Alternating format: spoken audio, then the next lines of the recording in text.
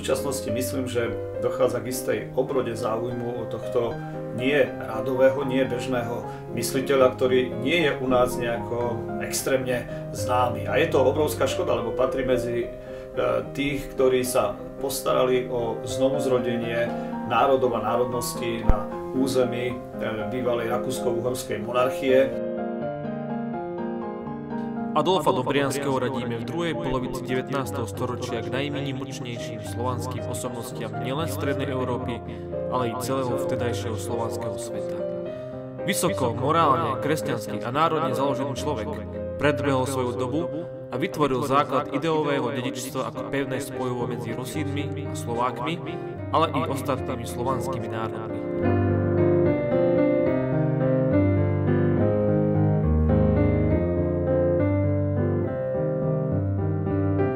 Pochádzal, ako dobre vieme, z malej dedinky. Dneska, keď idete cez Sol smerom na Vranov alebo na Prešov, tak odbočíte doľava, pokiaľ idete z Vranova a dostanete sa do Rudlova. A v tomto Rudlove alebo v Rudlove tam žil, rastol istú dobu práve Adolf Ivanovič Dobriansky. Jeho otec bol gréckokatolickým kňazom, mama pochádzala z významného levodského rodu Šepetháziovcov a bola to veľmi obetová, zbožná žena, ktorá ovládala 5 jazykov a aj svoje deti vychovávala v takomto duchu. Ich titul znel von Sačurov, čiže Adolf Ivanovič Dobriansky von Sačurov, čiže patrili mu majetky, ktoré sa nachádzajú v tom katastri dnešnom smerom na dedinu Sačurov a v okolí. No a samotný Adolf od detstva učil sa ruskej reči, učil sa nemeckej reči, študoval v Čechách, študoval predtým v Egeri, venoval sa aj filológii, filozofii, histórii. Bol to človek, ktorý bol naozaj všestranný, ako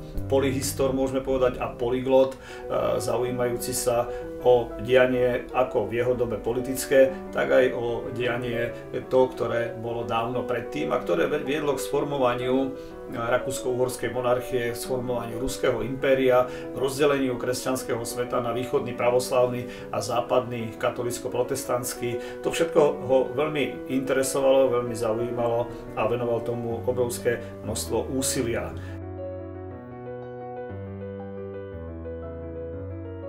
Dobriansky veľmi dobre poznal slovenské štúrovské hnutie. Totiž mal kontakty rodinné na Levoču, v Levoči aj študoval, absolvoval tam viacero ročníkov gymnázia a neskôr v rokoch 1836 až 1840 študoval na Baníckej a Lesníckej akadémii v Banskej Štiavnici. Podobne ako Levoča, aj Banská Štiavnica bola jedným zo stredisk, z vidieckých stredisk Štúrovcov, kde sa Štúrovci organizovali a tu už Dobriansky chodí medzi slovenských študentov a spolupracuje s nimi. Neskôr teda, keď študoval vo Viedni, v rokoch 1847-48 najviac zo Štúrovcov na neho zapôsobil a mal osobné kontakty s Jozefom Miloslavom Hurbanom. To slovenské kultúrno-politické hnutie bolo omnoho vyspelejšie aj po tej kultúrnej stránke, lebo sa končil proces kodifikácie štúrovskej slovenčiny, ktorý Dobriansky veľmi výrazne podporoval, ale aj celková emancipácia a Slováci sú lepšie pripravení ako Rusíni v revolučnej jari 1848.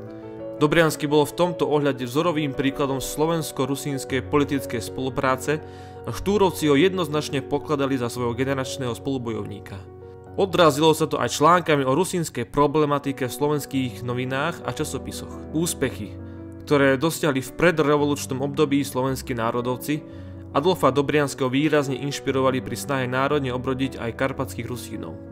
Treba zdôrazniť, že Dobriansky sa nikdy neprofiloval ako kariérny politik a prvé veľké renomé získal predovšetkým vo svojej profesionálnej oblasti baníckeho i lesníckeho inžinierstva. Okrem Banskej Štiavnice pôsobil aj vo Viedni a v roku 1847 v Čechách v mestách Příbram a Brandýs nad Labem, kde sa podieľal na zdokonaľovaní vtedajších banských strojov a železníc. Pôsobenie v českom prostredí využil na nadviazanie kontaktov s českými i moravskými národovcami.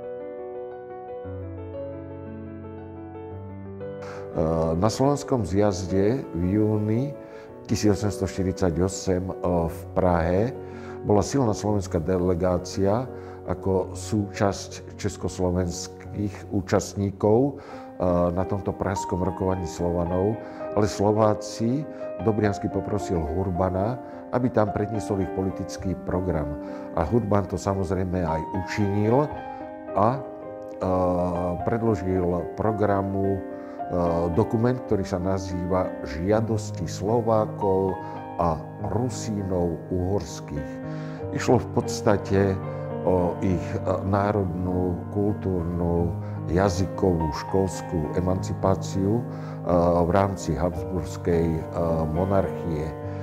Adolf Dobriansky zohral významnú úlohu aj v slovenskom povstaní v rokoch 1848 až 1849. Keď sa v roku 1848 na jar vracia do Uhorska, situácia je už vrcholne napätá. Maďarská liberálna aristokracia sa totiž nechcela deliť o politickú moc so žiadnym nemaďarským národom. Nielenže bola Dobrianskeho kandidatúra roku 1848 do Uhorského snemu zmarená, ale dokonca sa maďarskí gardisti pokúsili o atentát na jeho osobu. Skrýva sa najprv na Spiši a neskôr v Haliči. Tam sa pripojí k rakúskej armáde generála Franza von Schlika, ktorá smerovala na východné Slovensko. V tom čase sa postupne vyprofiluje na jedného z najdôslednejších slovanských politikov v Uhorsku. Úzko spolupracoval aj s Jonášom Záborským, ktorý v tom čase pôsobil ako kaplán na nemeckej fare v Košiciach. Známe je jeho zajatie časti maďarskej gardy po pamätnej kapitulácii pri Vlágoši v auguste 1849. Táto činnosť Dobrianskeho bola ocenená radom svätého Vladimíra 6. stupňa a svätej Anny 3. stupňa zo strany veliteľa ruskej intervenčnej armády v Uhorsku, generála poľného maršala Ivana Fyodoroviča Paskeviča.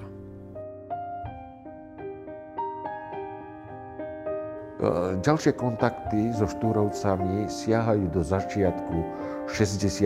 rokov, keď Dobriansky pracoval ako úradník, vysoký úradník v Uhorskej miestodržiteľskej rade v Budíne, kde sa zoznámil, respektíve kde pokračovali jeho kontakty s Jánom Franciscím, Mikulášom Štefanom Ferienčikom a neskôr s Williamom Pavlíným Tótom, ktorí boli vynikajúci Štúrovci. Práve aj zásluhou Dobrianského a jeho úradníckeho postavenia boli povolené v roku 1860 Pešbudínske vedomosti ako tlačový orgán Slovákov a Pešbudínske vedomosti boli priamym pokračovateľom Štúrových slovenských národných novín. Tie jeho zásluhy boli také vynikajúce, že spomínaný Jozef Miloslav Hurban v máji 1860 vydáva básnickú zbierku Piesne na teraz a práve táto jeho poézia je dedikovaná, venovaná postave svojho priateľa Adolfa Dobrianského. Takže to bol asi vrchol tých kontaktov štúrovských a Dobrianského, ktorý naozaj tvorí výnimočnú oblasť a kategóriu slovenských, ale aj rusínskych dejín. V spojitosti so slovenským národným hnutím bolo dôležitým míľnikom v účinkovaní Adolfa Dobrianského jeho spolupôsobenie pri založení Matice slovenskej. Slovenská reprezentácia sa rozhodla podľa vzoru Matice srbskej, Matice českej, Matice chorvátskej a Matice moravskej založiť vlastnú Maticu slovenskú. Banskobystrický biskup Štefan Mojzes a evanjelický superintendent Karol Kuzmáni, ktorí mali dobré postavenie v cisárskych kruhoch, spolu s Jánom Franciscím zložitou cestou vymohli založenie Matice slovenskej. Pozitívnu úlohu v tomto smere zohral aj Adolf Dobriansky, ktorý využil svoje funkcie pri tzv. Kráľovskom dvore či uhorskom námestníctve a presadzoval právne kroky na založenie Matice slovenskej podľa platných uhorských zákonov. Nebolo náhodou, že práve v Budíne zasadal do založenia Matice slovenskej aj jej dočasný výbor. Prvé valné zhromaždenie Matice slovenskej sa konalo 4. augusta 1863. Národnú svetlicu, prvú budovu Matice slovenskej slávnostne otvorili 8. augusta 1865. Stojí za zmienku, že bola financovaná z celonárodných Grajcerových zbierok, a to aj za prispenie Adolfa Dobrianskeho. Na návrh predsedu Matice slovenskej Štefana Mojzesa bol na valnom zhromaždení Martine za člena jej výboru Matice zvolený Michal Miloslav Hoďa, Štefan Marko Daxner a ďalší slovenskí národovci, ale i Adolf Dobriansky. Bol to prejav úcty slovenského národného hnutia k jeho zásluhám. Dobriansky nebol pasívnym členom výboru, ale práve naopak, aktívne sa zúčastňoval jeho zasadnutí, o čom nám svedčia aj dochované dokumenty. Zaujímavosťou isto bude, že Dobriansky udržiaval kontakty nielen s generáciou svojich vrstovníkov z radou slovenských národovcov, no aj s tou výrazne mladšou. Budúci predseda obnovenej Matice po prvej svetovej vojne Matúš Dula ako mladý aktivista v roku 1864 študoval v Pešti na právnickej fakulte. Práve počas pôsobenia Adolfa Dobrianskeho v Budíne na príhovor martinských národovcov nadviazal s ním mladý Dula úzke pracovné kontakty, ktoré vydržali až do jeho smrti v roku 1901. Bude to nakoniec Matúš Dula, ktorý v roku 1918 symbolicky završil Martinskou deklaráciou s Andrejom Hlinkom, Emanuelom Lehockým i ďalšími oslobodnenie z maďarského jarma a prihlásenie sa k Československu aj s podkarpatskou Rusou, čo bolo Dobrianskeho dávne politické proroctvo. Pôvodné slavianofilstvo ako skôr religiózno-historické učenie a kultúrne učenie, ktoré nemalo nič spoločné s nejakým nacionalizmom, ako sa to snažia niektorí kvázi badatelia v súčasnosti podsunúť, tak toto pôvodné slavianofilstvo neskôr bolo onalepkované alebo oštrafované pomenovaním panslavizmus. Bolo potrebné týchto ľudí, ktorí zastávali takéto myšlienky, tzv. Panslavistické alebo proruské, tak bolo ich potrebné minimálne odstrániť od koryta, aby nemali vplyv na verejnosť. Môže nám to pripomínať kľudne aj dnešnú dobu a myslím, že každý rozumný, kto túto vec si preštuduje alebo tieto dejiny viac si preštuduje, tak zistí, že tá paralela je tu viac ako vhodná. No a Adolf Ivanovič teda sa stretával počas svojej činnosti politickej, keď orodoval za práva uhorských a halických Rusínov alebo Rusnakov, ako sa ľudovo hovorí, a takisto keď orodoval za isté religiózne práva, ktoré mohli byť upierané, tak Adolf Ivanovič vystupoval otvorene a veľmi mnohých si znepriatelil, preto lebo zvlášť rôzne šovinistické kruhy v Budapešti alebo aj vo Viedni proti takýmto snahám bojovali a pozerali na ne ako na politickú zradu. Po porážke maďarskej nacionalistickej revolúcie a po skončení slovenského povstania pôsobil Adolf Dobriansky na vplyvných úradníckych postoch Habsburskej monarchie.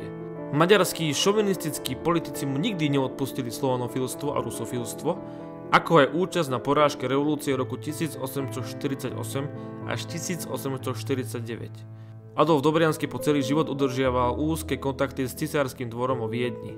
Ani profesionálne úspechy či lojalita voči Habsburskej dynastii ho neochránila pred tragickým koncom.